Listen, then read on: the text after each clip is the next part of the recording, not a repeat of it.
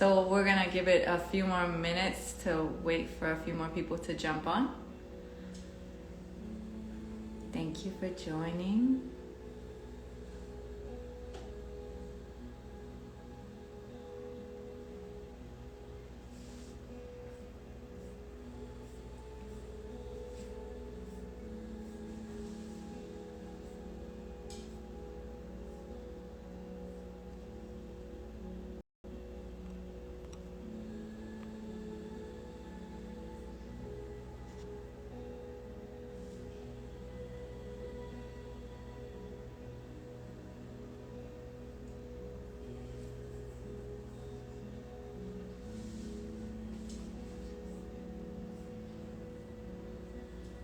Hello, everyone. I'll give it about another 2 minutes before I begin. My name is Monica Gonzalez of Cmos. And today, in honor of Earth Day, I wanted to share with you guys why we harvest, ocean harvest. We supply you guys with ocean harvest Cmos, which is a sustainable form of harvesting Cmos. And just share some of the benefits. A lot of times we don't really understand, or we don't have enough awareness around the many benefits of sea plants, which includes giving back to the environment. All right, so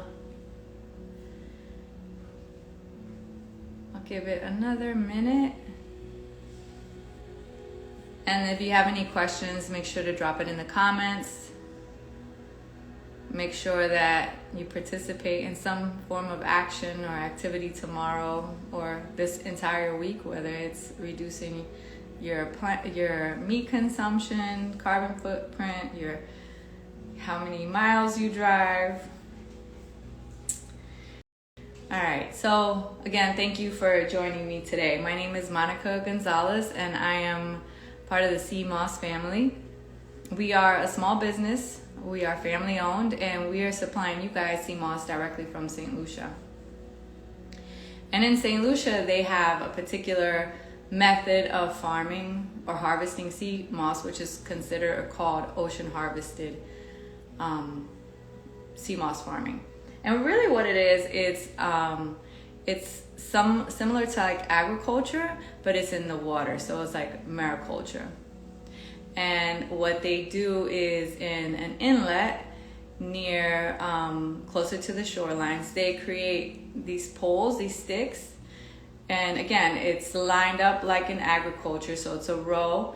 And then they put rope from one end to the next. And in the threads of the rope, they go ahead and start planting the Cmos. And from there, your Cmos is grown. So it's grown in clean and pristine waters. It is grown in very high pH water, so the pH levels in that inlet are 9. And there's a lot of sea motion. So one thing that is very necessary for sea plants is to have that rhythm of the ocean. So it needs to have the waves coming through it in order to give its nutrients. So why do we prefer this method of Cmos harvesting?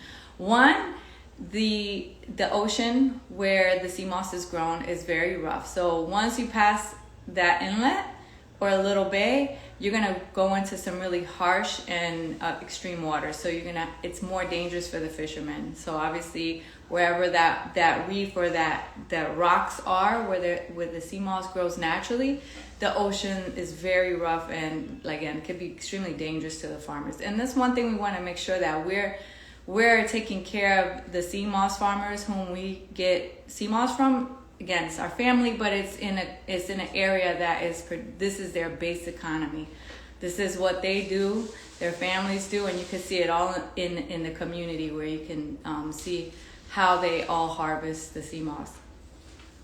The other part about it is,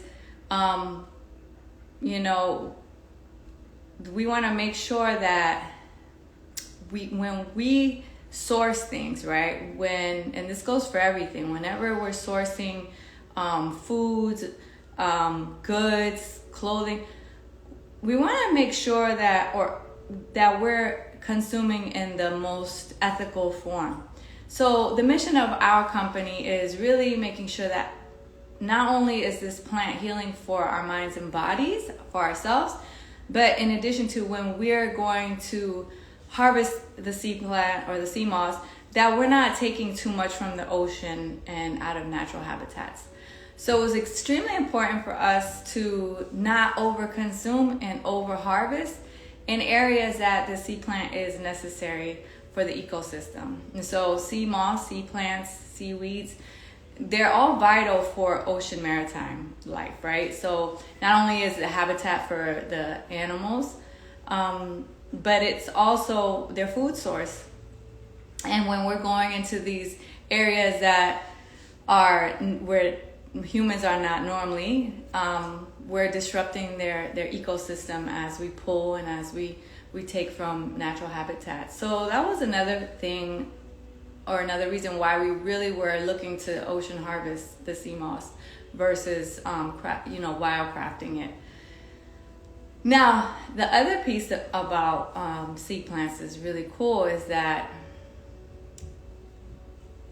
they capture 2 times more carbon from the atmosphere than regular land plants. So a lot of times, all this carbon, or a good portion of the carbon that we need to reduce, the ocean captures it for us, right? And not only do sea plants capture the carbon, but also sea animals. Like, I think there was a statistic on a whale capturing like 400 tons of carbon from the atmosphere. So these are like really high level pieces to why ocean harvesting is pretty much the choice for us, but also why it's so healthy for the environment. Not only that, so it captures carbon, but it also provides land animals 50% of their carbon. So we're capturing carbon through harvesting the sea plants and by planting more. So the more sea moss that we plant, the more that we're able to create these sustainable crops. We're not just taking and not reproducing. We're able to, there's this method that was implemented in Saint Lucia in the 80s, which is this ocean harvesting of the sea moss. And so as we take, it's regrowing, it's regenerating already. And so we're not taking more than what we should and disrupting those natural habitats.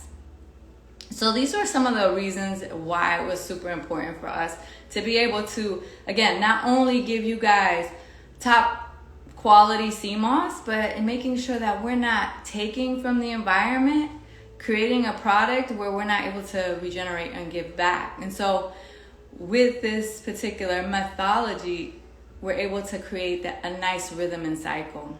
So a couple interesting things about the ocean harvesting sea moss is that it was first created, or the method, again, like I mentioned earlier, was created in St. Lucia in the 80s. So back then they were using the sea moss to add into some of the beverages in the Caribbean.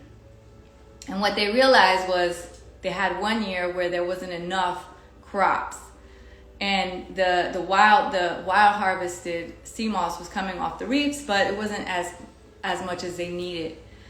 And so the government decided, along with some scientists and farmers, to find a methodology that would help sustain a crop that would keep giving back to this economy, right? This area that really was using sea moss as a form of living, and making sure that the industry that was using the sea moss had enough.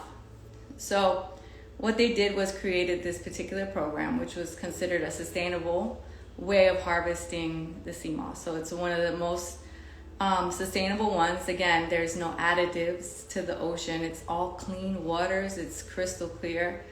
All the elements, all the nutrients are coming directly from the ocean. So like many people like to say that the sea moss has its nutrients from the rocks, and that's just that's a misconception, because sea plants don't have root systems. So what they're already created to flow, and what they do naturally sometimes is attach themselves to different objects. This could be rocks, wood. This could be the ropes as well. And so in that floating process where the ocean is moving and it's in the waves, they're getting all the nutrients directly from the ocean and the sunlight. And so again, when we're, this idea that if the sea moss isn't grown on a rock, that it's not as healthy, and that's just a not accurate accurate point of facts.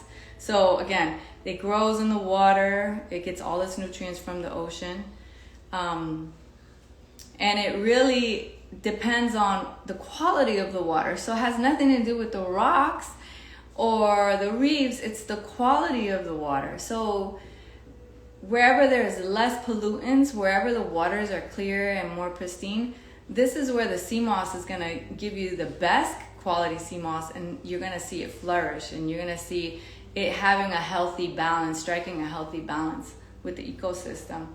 The other interesting thing is, before the area, the bay that we are growing the sea moss is in, before the sea moss farmers were able to start harvesting sea moss there, some of the wildlife started, I don't want to say like it started going away. They over fished that area. And so once they started planting the sea moss and growing more sea moss, what you saw was regeneration of wildlife there as well. So now you see a lot more fish. There's also been said to for some of the farmers to have seen sharks out in the waters. So again, the plant is providing the nutrients to the animals, to the fish. It's providing a habitat for them as well. And we're not pulling, we're not taking, we're finding the most sustainable way to harvest the plant, to make sure that we reap the benefits of this plant, and while we are protecting the ocean life. And we want to make sure that that's something at core of our business, and it's at the DNA of our business, is making sure that not only are we, again, supplying a health food, but we're making sure that we're able to find a natural balance with the ecosystem.